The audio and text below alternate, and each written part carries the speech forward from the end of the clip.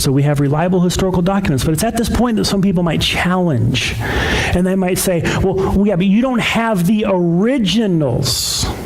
And they say, you see, what's happened is the Bible has been translated and copied so many times over the centuries that you can't trust what you have now.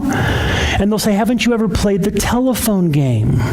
Where you sit around in a circle and you start with a phrase and you whisper it one to the other. And by the time it gets around to the end of the circle, the phrase is completely changed from what it started out as. And they say the Bible has been translated and copied so many times, it's like the telephone game. Well, the only problem with that is it's not true. Because whenever someone would copy or translate the Bible, they would not just run down to the local Christian bookstore and grab the latest copy. They would go back to the oldest existing copies they could get their hands on to make sure it was the closest they could get to the originals. Right? We don't have the originals because they're written down, and they got passed around and read, and they're scrolls, and they're open and they're closed, and they're open and they're closed, and they're copied, and coffee spilled on them, and who knows what else. So they're not going to survive 2,000 years.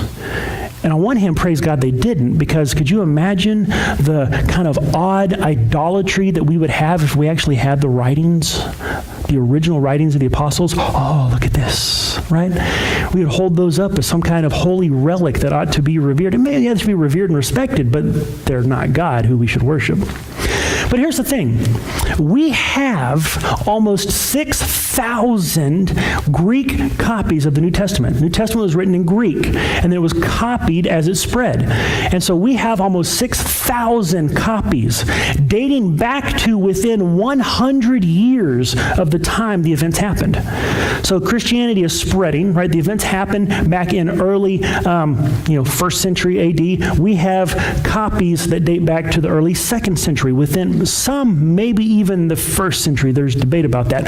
But so within 100 years, we have almost 6,000 copies that date within 100 years. And people want to scoff and say, oh, well, but you don't have the originals. Well, guess what? The next closest document of historical importance that can be compared is Homer's The Iliad, where we get a lot of ancient Greek history and mythology from. That has 500 years between the time it was written and the earliest existing copy, and of that we only have 643 copies. So 643 versus 6,000. 100 years for the Bible versus 500 years for Homer. No one's sitting there going, oh, no, throw Homer out. You can't believe anything Homer wrote.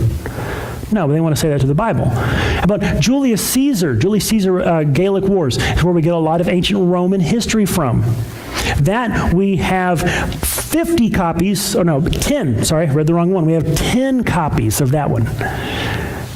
And it was about 1,000 years difference between the time it was written and the earliest existing copy we have. But it's still in your history books. The information found in it is still going to be in your textbook as being true. Aristotle, anyone ever hear of Aristotle? Okay, we have him, we only have about 50 copies, and we have 1,400 years between the time Aristotle wrote and the earliest existing copies.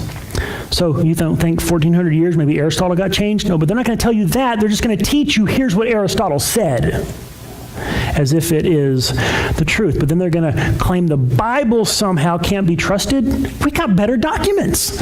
We've got better evidence.